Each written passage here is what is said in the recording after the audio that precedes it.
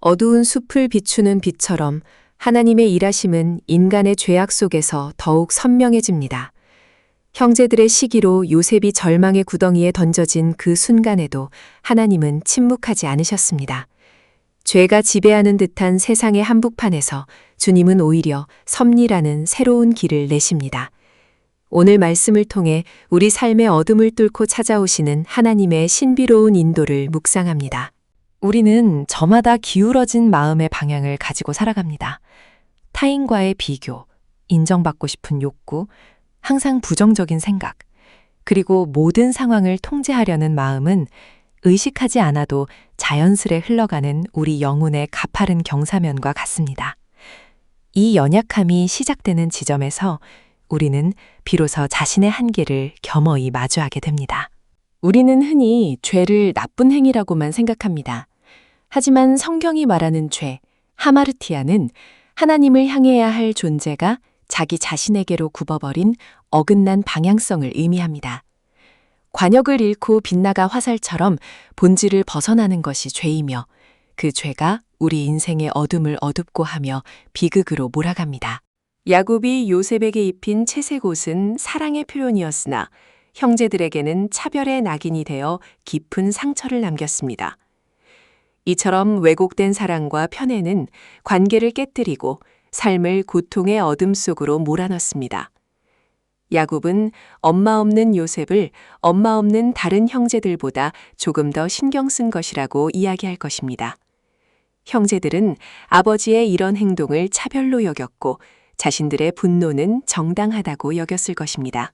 그러나 마음 한구석에 덮어둔 시기심과 질투는 침묵 속에서 은밀한 모의가 되고 마침내 관계를 파괴하는 돌이킬 수 없는 계획적인 악으로 증폭됩니다.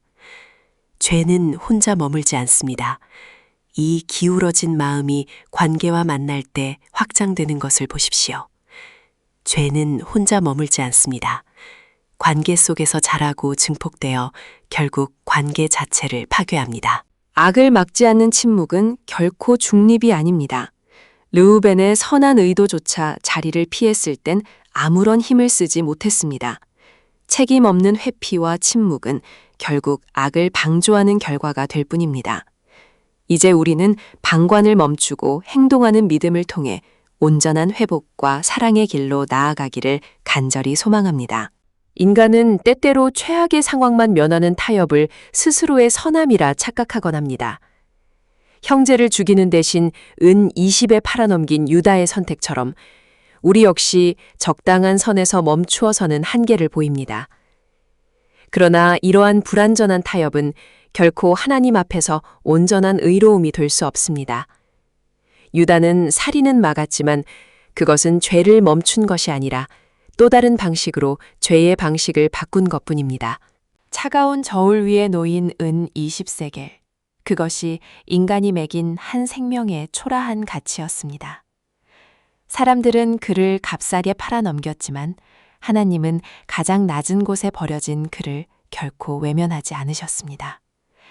세속의 잣대를 넘어 우리를 붙드시는 하나님의 신실함을 신뢰하며 이제 온전한 회복과 사랑의 길로 나아가기를 간절히 소망합니다. 절망의 끝에서 마주친 상인들의 발걸음은 단순한 우연이 아니었습니다. 인간의 악함이 빚어낸 비극조차 훗날 모두를 살릴 구원의 땅으로 인도하시는 하나님의 깊은 섭리였습니다. 고난 뒤에 숨겨진 거대한 계획을 신뢰할 때 우리는 비로소 다시 일어설 용기를 얻습니다. 이러한 은혜를 가슴에 깊이 새기며 우리가 함께 전한 회복과 사랑의 길로 나아가기를 간절히 소망합니다. 피 묻은 옷을 움켜쥔 야곱의 거친 손과 방울의 눈물은 그가 마주한 참혹한 대가를 상징합니다.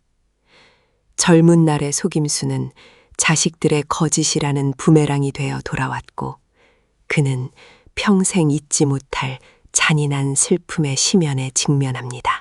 이방 나라의 노예로 팔려간 그 절망의 순간에도 삶은 결코 멈추지 않았습니다.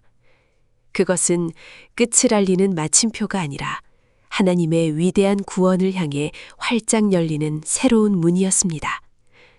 어둠을 뚫고 쏟아지는 저 빛처럼 시련 너머에서 시작될 하나님의 놀라운 섭리가 있음을 바라봅시다. 지금 당신의 마음은 어느 쪽으로 기울어져 있습니까? 진정한 신앙의 여정은 자신을 정직하게 직시하는 용기에서 시작됩니다.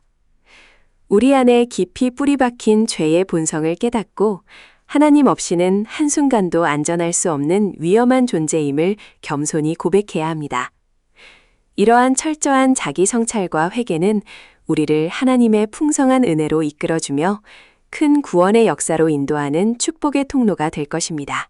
우리의 죄보다 크고 실패보다 깊은 놀라운 은혜를 기억하십시오. 우리는 결코 완벽해진 뒤에 나아가는 것이 아닙니다. 흔들리는 마음과 연약한 죄인의 모습 그대로 십자가 앞에 겸손히 설 때 비로소 참된 은혜의 역사가 시작됩니다. 지금 이 모습 그대로 주님 앞에 서는 용기가 우리를 큰 구원의 역사로 인도하는 축복의 통로가 될 것입니다. 때로 우리 삶이 억울하게 던져진 깊은 구덩이처럼 느껴질 때가 있습니다. 하나님이 침묵하시는 것만 같은 그 외롭고 낮은 자리에서 기억하십시오. 하나님은 바로 그곳에서 당신을 위해 가장 깊이 일하고 계십니다. 지금 마주한 고난의 시간은 결국 당신을 큰 구원의 역사로 인도하는 축복의 통로가 될 것입니다. 모든 것이 끝났다고 생각되는 막다른 길에서도 하나님의 이야기는 결코 멈추지 않습니다. 죄와 고통으로 뒤덮인 절망의 순간일지라도 주님의 신비로운 섭리는 마침내 구원을 향한 생명의 길을 환하게 열어주십니다. 흔들리지 않는 믿음으로 이 약속의 길을 묵묵히 걸어갈 때 우리의 모든 발걸음은 큰 구원의 역사로 인도하는 축복의 통로가 될 것입니다.